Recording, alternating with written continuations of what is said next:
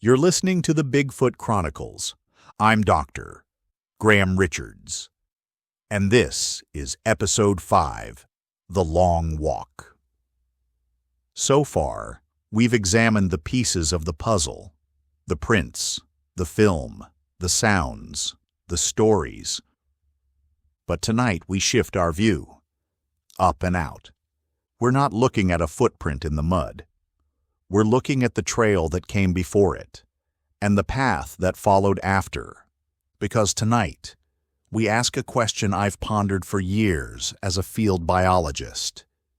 If Bigfoot is real, where does it go? Does it stay hidden in one place year-round? Or, like moose, wolves, elk, and other large mammals, does it move, following food, shelter, and seasonal change? Is Bigfoot a nomad? Let's walk together, quietly, carefully, across time, space, and silence. And let's follow the trail of something just ahead of us. Part 1. What the Map Doesn't Show.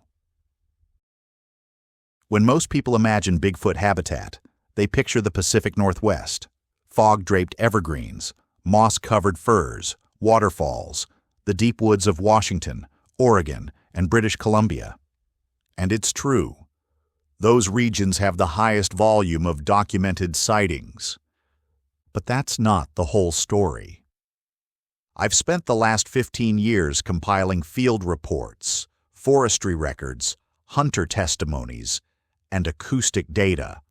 When you map them carefully, something fascinating happens. Patterns begin to emerge.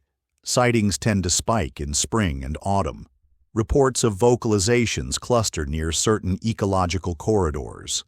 Tracks appear in unexpected places, sometimes hundreds of miles from known hotspots. It doesn't look random.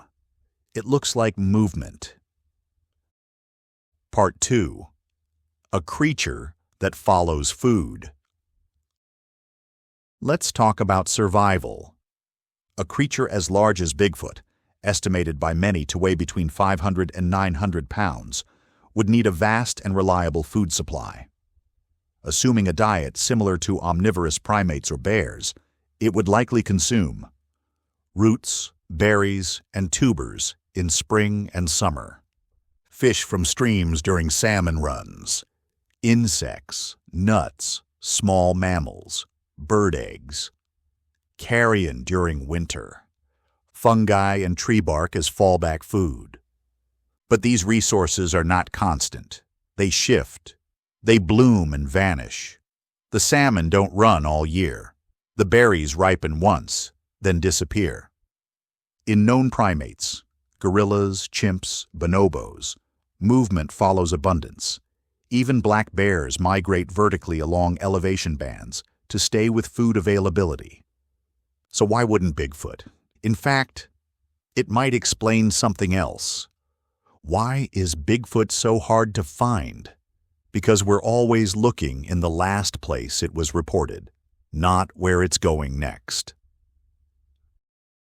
Part 3. Witness reports that move with season. I want to share with you a few field accounts. These are pulled from my personal interviews, regional databases, and old forestry notebooks. Each one occurred in isolation, but together they form a kind of migration trail. Early spring, Northern California foothills. A hiker reported a howling call at dawn, followed by a tree break just above the snow line. 2 days later, a hunter in southern Oregon found a trackway in the melt zone, same elevation band. Late summer, Idaho Panhandle. 3 campers report wood knocks near a freshwater lake. Days later, 50 miles east, a fisherman hears mimicry sounds. Owl calls repeated back incorrectly. The Forest Service found unusual stick structures nearby. Autumn, Montana high country to Dakota grasslands. As the weather cooled, reports shifted east, first in the mountains, then rolling hills, then lower river valleys. Something was following deer, following warmth, following escape. No one witness can see the full path. But when we string them together, it starts to look like a loop, not migration in the bird sense, but strategic, seasonal movement, intelligence with legs. Part 4. The Green Highways. In wildlife biology, we use a term called habitat corridors, narrow forested strips that allow animals to travel between regions without exposure. Think of them as nature's highways.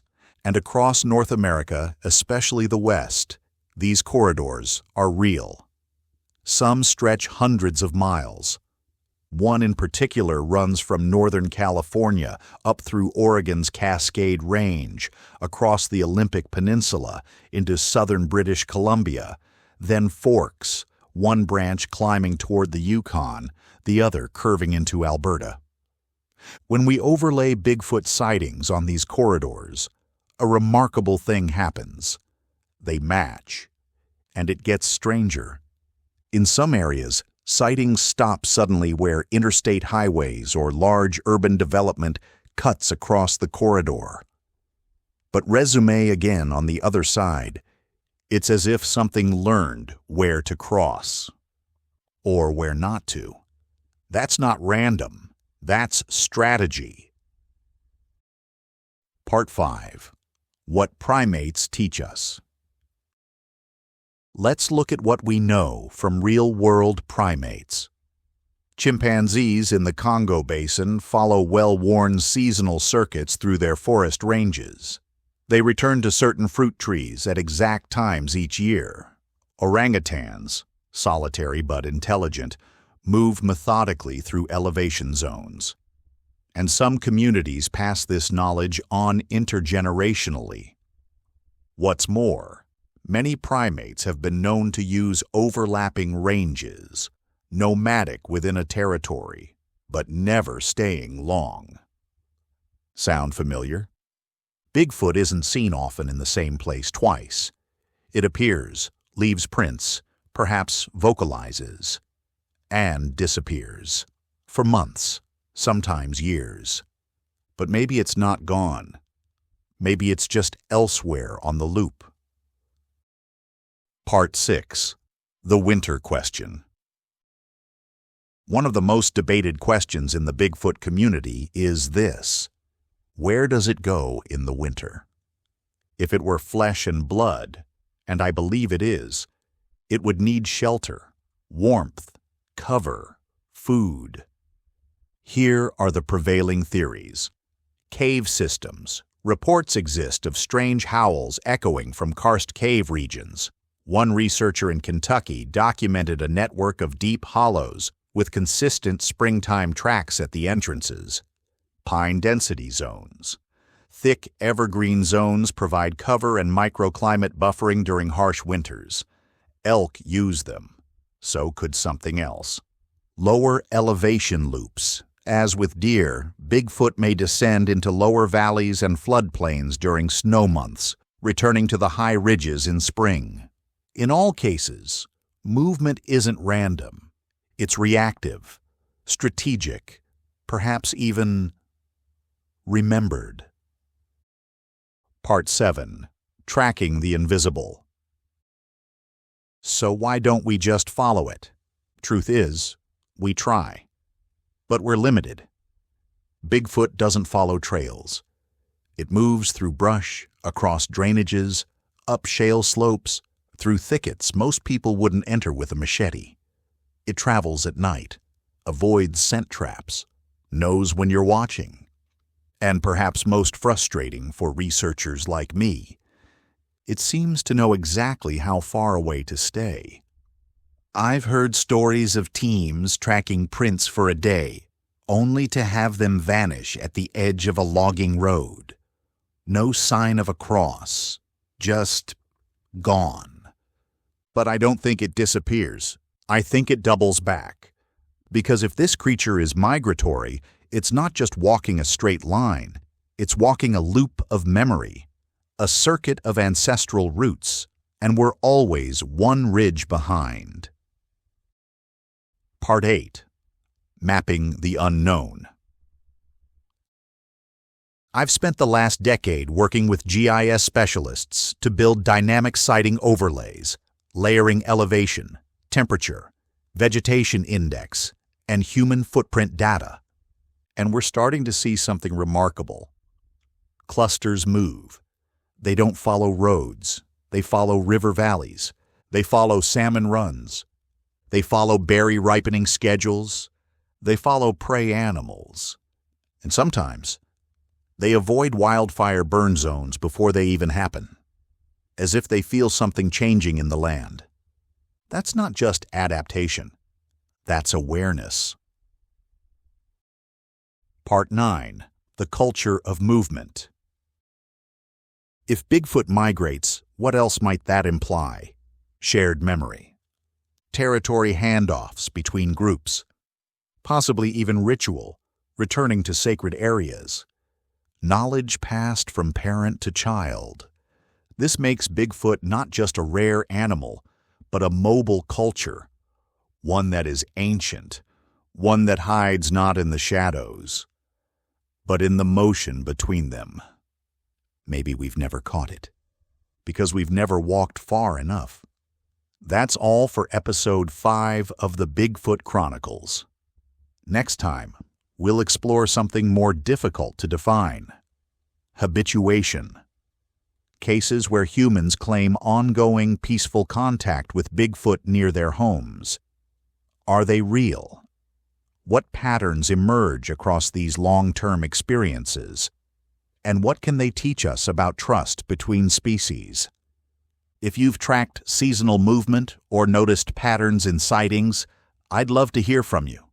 Send your notes or maps to bigfootchroniclespod@protonmail.com. And remember, the forest isn't just a place. It's a pathway. Stay grounded, stay curious, and always stay alert on the trail. Good night. You're listening to the Bigfoot Chronicles. I'm Dr. Graham Richards, and this is Episode 6, The Visitors Who Stayed. Over the last 5 episodes, we've followed evidence through prints, sound, film, migration, and theory. But tonight, we step into something more fragile, more human. This episode is about habituation, the long, strange relationships that form, not in the heat of an encounter, but in the long hush that follows, where fear becomes curiosity, and curiosity becomes something else. There are people, quiet people, who claim that Bigfoot doesn't just pass through the woods. It returns, again and again. Some say they've fed them. Some say they've heard them speak. Others claim nothing more than a presence at the edge of the trees, a watcher who never leaves, only waits. As a biologist, I tread cautiously here. Habituation stories are hard to verify, but they are deeply consistent. And, perhaps most importantly, they hint at something that science often forgets to measure: memory. Tonight, we walk alongside those who stayed and those who were watched. Part 1. Defining habituation. Let's begin with a definition. In primatology, habituation refers to the process by which wild animals become accustomed to human presence over time. In studies of gorillas, chimpanzees, and orangutans, habituation is a critical step before close observation. It requires patience, respect, repetition. The same may apply here. In the world of Bigfoot research, habituation cases are those where repeated visits, signs, or interaction occur between the same creature or group and a specific human site, often a rural home, a hunting cabin, or an isolated farmstead. What separates these from one-time encounters is time. Time and familiarity. And sometimes, something like mutual recognition. Part 2. The pattern emerges. Here's what I've observed across over 50 well-documented habituation reports spanning North America. Rural setting, but not remote. Often 5 to 10 miles from the edge of dense wilderness. Close enough to food and cover, far enough from traffic. Initial activity is subtle. A bent tree, missing apples, broken gate latches, strange sounds, always just outside the realm of certainty. Then, escalation, repeated footprints near the home, taps on walls, gift exchanges, rock stacks, carefully placed feathers, leaves, or bones left on porches. Then, observation. The witness begins to notice being watched. No aggression, no contact, just presence, night after night.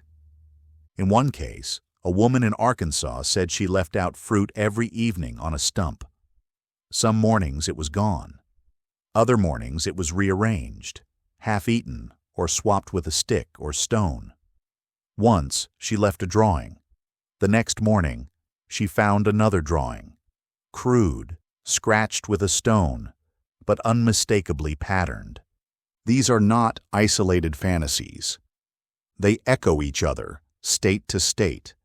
People who have never met, never published, report the same rhythm. Part 3. The Witnesses. I want to introduce you to a few voices. They've asked for anonymity, and I've respected that. But their stories remain among the most quietly profound I've heard. The carpenter in Southern Oregon. He moved into a hand-built cabin on an old homestead. The first winter was uneventful. Then came spring. He heard heavy breathing outside his window at night, always after 2 a.m., sometimes followed by knocks, 3 in a row, always 3. After the third week, he started knocking back. One night, he knocked 3 times. He heard 2 knocks in return, followed by a third, softer, as if in jest. He laughed out loud, and then silence. "I think it laughed with me," he said. "Not at me, with me." The retired couple in Appalachia. They tended a small garden at the edge of their property. Something began taking the squash. Clean breaks. No trampling. No tracks, except one perfect print in wet soil near the compost heap. They set out apples. They vanished. They began talking aloud to the woods. Small greetings. "Good morning. We'll leave food by the tree again." Then, one evening, they returned home from town and found the apple basket undisturbed. But beside it, a perfect circle of pebbles. She cried when she told me that. "It knew we were gone," she said, "and it waited." Part 4. Behavioral Clues. Across cases like these, I've cataloged recurring behaviors. Wall tapping, light, rhythmic knocks late at night, often near windows or doors, always gentle. Gift leaving, objects placed deliberately, stacked stones, feathers, intricately broken sticks arranged in geometric shapes. Response to kindness, when residents spoke gently, did not chase, or offered food without strings, activity often increased. Aggression, never. Imitative play. One woman reported whistling a tune from her porch nightly. Weeks later, she began hearing the same 3 notes, off-key, lower in pitch, coming from the woods. These are not the behaviors of an aimless animal. They suggest recognition and possibly curiosity. Part 5. Intelligence and Choice. What strikes me most about these encounters is this. Bigfoot appears to choose not to escalate. It approaches. It observes. It returns. It nudges the boundary, then waits. This restraint is rare in wild mammals. Even habituated bears grow dangerous. Wolves test limits. But in these cases, Bigfoot seems to understand the edge of trust. In one case, in Alberta, a child reportedly left out peanut butter on a spoon each night for the hairy person. The spoon was returned the next day, licked clean but not taken. That restraint is remarkable. And what if that restraint is cultural? What if Bigfoot as a species has a shared understanding of how to observe us, of how not to be seen? That would make it not just a species, but a civilization in shadows. Part 6. Dangers of Exposure. Not all habituation stories end well. Some witnesses report unwelcome intrusion by researchers or opportunists. Word gets out. Suddenly the forest is full of cameras, trail cams, drones, men with radios. And just like that, the activity stops. Sometimes permanently. I believe this reaction is evidence in itself, because it suggests awareness of surveillance, a desire not to be known, or not to be known yet. In every case I've documented, the moment intent shifts from curiosity to capture, Bigfoot disappears. The visitors who stayed leave, and they do not return. Part 7. The Science of Trust. So what does this mean for science? Can a biologist admit that the most compelling data may come not from a lab or a camera trap, but from a quiet man on a porch who simply lets something return? Can we learn to study the unknown not by chasing it, but by being still? What if trust is the only currency that matters? I'm starting to think that the next great discovery in cryptozoology won't be made by force. It will be made by grace, by humility, by a willingness to be observed in return. And if we can learn to listen, not just with microphones, but with patience, maybe the visitors who stayed will speak. That's all for episode 6 of the Bigfoot Chronicles.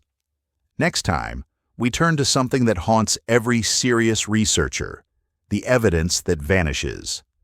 Audio tapes that go missing, trail cams that malfunction, hard drives wiped, witnesses silenced. A full exploration of suppression, disruption, and the mystery behind Bigfoot's near invisibility in the modern world. If you've experienced long-term contact, I want to hear your story, especially if you've told no one. Email me at bigfootchroniclespod@protonmail.com. And until then, stay kind, stay still, stay alert on the trail. Good night. You're listening to the Bigfoot Chronicles. I'm Dr. Graham Richards, and this is Episode 7, The Silence That Follows. This episode is different, not because the subject matter is wilder or the evidence harder to believe, but because tonight we explore something that has happened to us, to the researchers, to the quiet observers, to those of us who have tried, gently, respectfully, to collect truth from the forest floor, and found that truth gone. This is an episode about silence. Not the kind you find in the woods, but the kind that follows something important. The silence that surrounds the evidence that should exist, but doesn't. The footage that should have recorded, but didn't. The trail cams that failed. The voices that fell quiet. The hard drives that erased themselves. Is it chance, or is something interfering? Tonight, we examine the pattern of interrupted evidence and ask, why? Part 1. The failure to capture. Let's start with trail cams. Today, the wilderness is full of them. Hunters use them. Wildlife researchers, conservationists. Thousands of motion-triggered cameras now line our backwoods and ridgelines. And yet, despite all this coverage, no unambiguous, high-resolution Bigfoot image has ever emerged. Why? Some argue Bigfoot is real but extremely rare. Others believe it has learned to detect IR flashes or ultrasonic emissions and actively avoids them. Still others suggest the cameras work fine until Bigfoot appears. In 2016, a field team in northern British Columbia set up a string of 10 motion-sensitive cameras along a game trail where multiple strange vocalizations had been recorded. On the third night, a tree fell nearby, unnaturally loud. Several team members reported hearing bipedal pacing after midnight. But when they retrieved the SD cards, all 10 cameras had failed to record between 1:11 and 2:03 a.m. Same hour, same failure. No power loss, just no data. How do we explain that? Part 2. Vanished files and ghosted signals. This story comes from a colleague I trust, Dr. K, a primatologist from Colorado who prefers to remain anonymous. She was analyzing long-term acoustic data from a river valley known for unusual vocalizations. 3 years of recordings.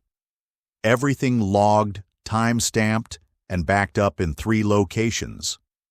Then one morning, the main drive was blank. The backup, stored off-site, failed to mount. The tertiary backup, encrypted in a private cloud, was inaccessible for 48 hours, and when restored, the files from the 3 hotspot months were gone. She was told by her IT consultant that no one touched it. No breach, no malware, just missing time. Her conclusion was simple. I don't know who or what did it, she told me. But something didn't want that sound released. This kind of digital silence is becoming common in serious cryptid research circles. Hard drives fail, microphones stop recording, live feeds cut out, not once, but in key moments. Coincidence? Perhaps. But how many coincidences make a pattern? Part 3. Disappearing witnesses. Let's go deeper. There's a darker pattern I've only recently begun to admit to myself. Some of the best witnesses vanish. They come forward, cautiously, humbly, with extraordinary detail, consistent timelines, measurable data. They send prints, coordinates, even skeletal fragments they claim to have found. Then suddenly, they stop responding. Emails bounce, phones disconnected, social media gone. In one case, I was scheduled to interview a forestry contractor from northern Alberta who claimed to have a 3-minute video clip of 2 creatures interacting near a logging road. We spoke on the phone. I verified his background. We scheduled a call. The next day, silence. A week later, his number was disconnected. His company's website, offline. No trace, as if scrubbed. I've since heard whispers that this is common, that whistleblowers in certain regions, especially near military installations or remote radar zones, are pressured into silence. And it's not always force. Sometimes it's fear. Sometimes it's suggestion. Part 4. The Missing Bodies. Let's talk remains. Skeptics often ask, if Bigfoot is real, Where are the bones? It's a fair question, but they rarely ask the inverse. Have remains ever been found, but never released? There are stories. A hunter in Alaska who found a massive femur he said wasn't moose, wasn't bear, and wasn't human. He mailed it to a local university. It never arrived.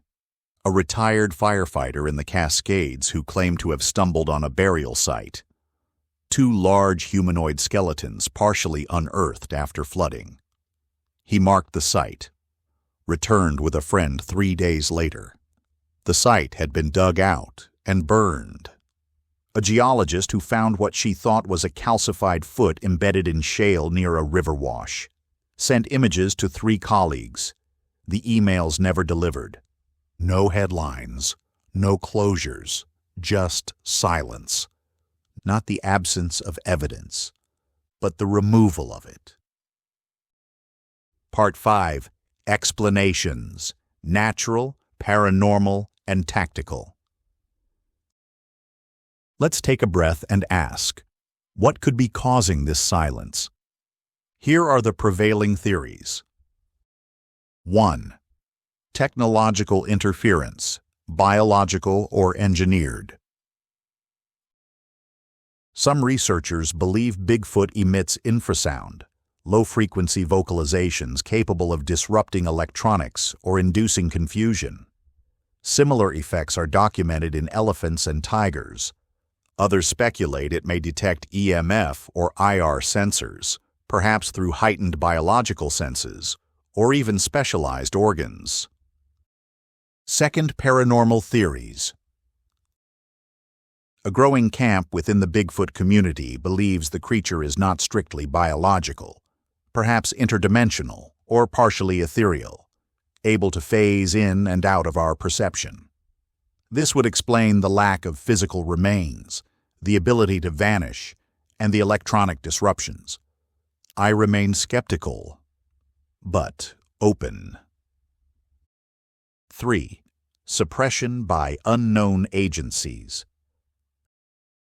Some believe there is active suppression by government, military, or shadow organizations tasked with preventing the confirmation of cryptid life forms. Theories range from protecting logging interests, avoiding mass panic, or hiding something far larger. That Bigfoot isn't the anomaly. It's the symptom of something else. Are these conspiracies? Possibly. But silence leaves a vacuum, and humans fill vacuums with myth, theory, and fear. Part 6. The Biologist's Dilemma. I'll be honest with you. In the last 5 years, I've had 2 field drives fail, despite redundancy. I've had a 3 a.m. interview with a ranger mysteriously vanish from my recorder, while all other files remained intact. And once, at a trail campsite in central BC, I found the tripod torn apart, the memory card removed, but no animal signs, no scratch marks, no scat, no debris, just absence. As a scientist, I must remain cautious. As a man walking a trail I never thought I'd take, I must also admit something does not want to be seen. Whether that's nature's defense mechanism or something more deliberate, the result is the same. Silence. Part 7. The Pattern of Silence. Let me show you what happens when you lay these moments out across time. 1967. A film is captured in Bluff Creek. The original reels are lost. The camera malfunctioned before and after the shot. 1983. A group of biologists in British Columbia claim to record 5 creatures vocalizing. The audio tape is mailed to a lab. It never arrives. 1997. A researcher finds hair samples unlike any known North American mammal. The lab concludes, unknown primate. The report is leaked, then swiftly retracted. The lab now denies the study. 2011. A hunter's camera records a full silhouette. He shares it. The image circulates briefly online, then vanishes. His YouTube channel is removed. His statement, "I was contacted." I can't say more. Each event ends the same way. Not in chaos, not in noise, but in quiet.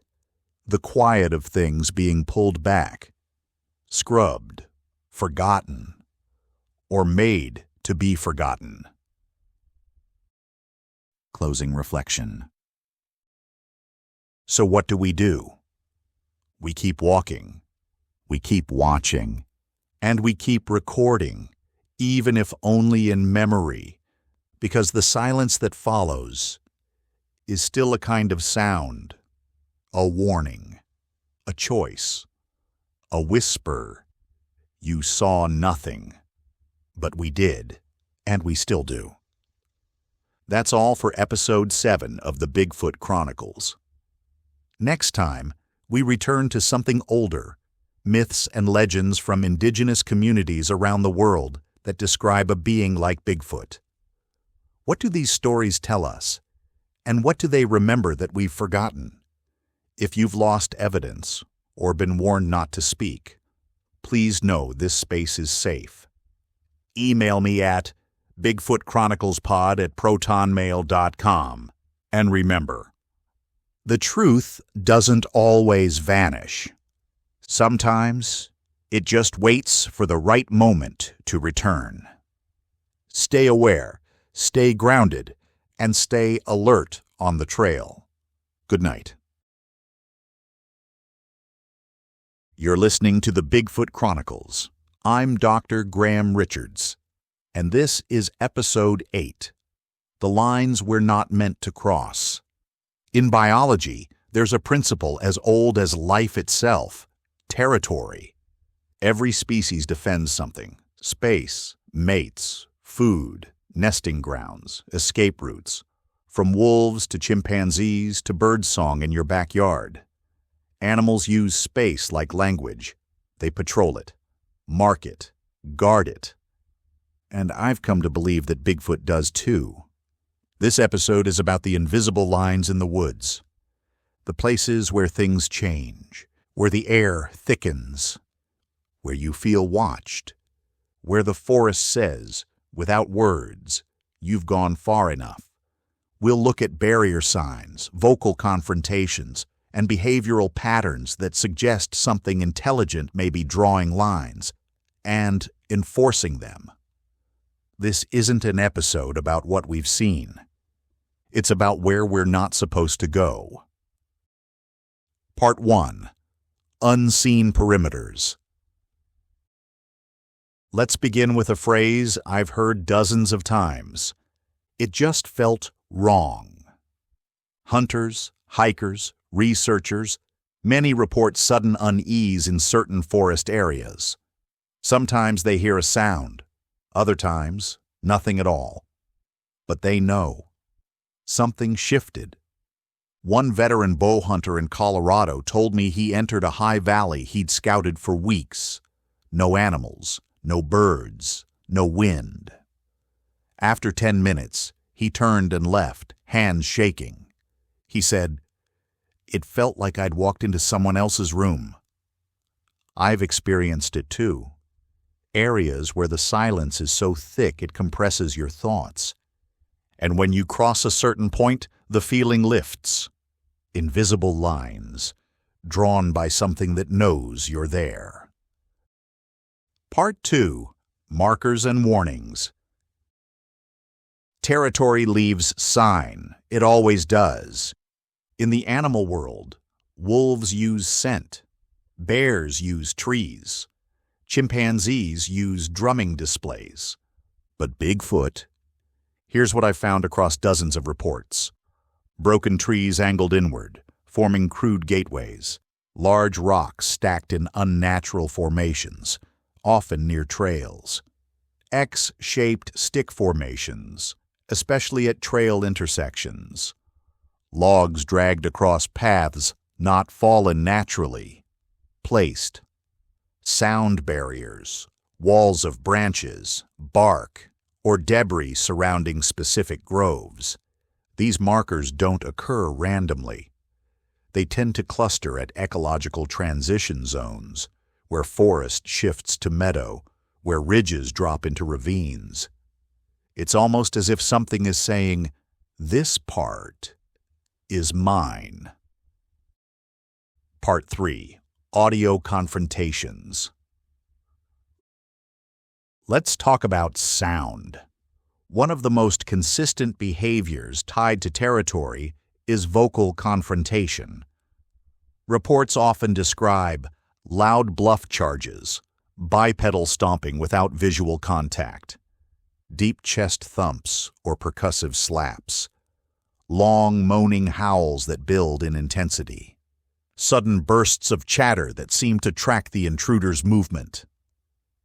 In 2018, a research team in northern Minnesota reported a full night of auditory confrontation. Every time they approached a certain hill, a loud crack would echo from the tree line. When they stopped, silence. When they moved again, crack. On the third approach, they heard something exhale, a slow, deliberate breath, less than 30 feet from their camp.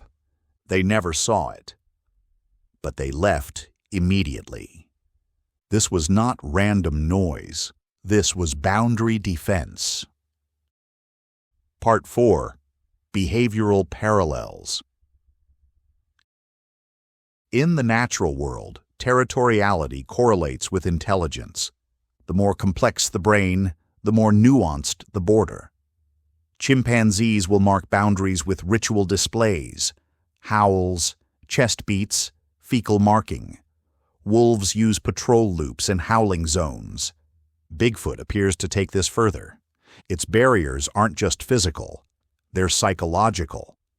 I've heard too many reports of people who felt repelled without cause, not chased, not hunted, just watched out of the woods. One woman told me she was exploring an old-growth grove in Washington when she suddenly felt like her legs were wading through warning. No sound, no motion, just a wave of feeling that said, "Turn around now." She did. She said it felt like leaving a courtroom where you were never invited to speak. Part 5. What happens when we stay? Not everyone leaves. A few stay. They camp deeper. They ignore the signs. And what happens next is instructive. Food disappears. Stone clacks begin at night. Tents are unzipped, but never entered. Gear is moved, but not stolen. Cameras turn, but face nothing. One group of researchers in Oregon reported that their firewood was rearranged into a perfect circle during the night. Nothing else touched. No prints. No damage. Just a message. I know you're here. Do you know that I'm here too? Eventually, most of them leave. Not because they're afraid, but because the forest becomes too aware of them. Part 6. Biology meets intention. As a biologist, I've studied thousands of species that use territory, but none leave messages in structure, sound, and silence the way Bigfoot seems to. If these patterns are real, and I believe many are, we must ask, is this the behavior of an advanced primate? Or something that blends animal instinct with conscious restraint? Could Bigfoot have culture-level knowledge of space? And if so, what are these territories protecting? Resources? Young? History? Or are they sacred grounds? Maybe what we've been walking into isn't just someone's land. Maybe it's someone's story, and we're turning pages without permission. That's all for Episode 8 of the Bigfoot Chronicles. Next time, we'll finally address one of the oldest and most complex questions in this mystery. Does Bigfoot live alone? Or is there a family structure, a group intelligence, maybe even a society? We'll explore multi-creature sightings, parallel trackways and the hidden social logic that might bind them. If you've ever crossed a line in the woods and felt something decide to let you go, email me at bigfootchroniclespod@protonmail.com. Until then, step carefully, read the signs, and stay alert on the trail. Good night.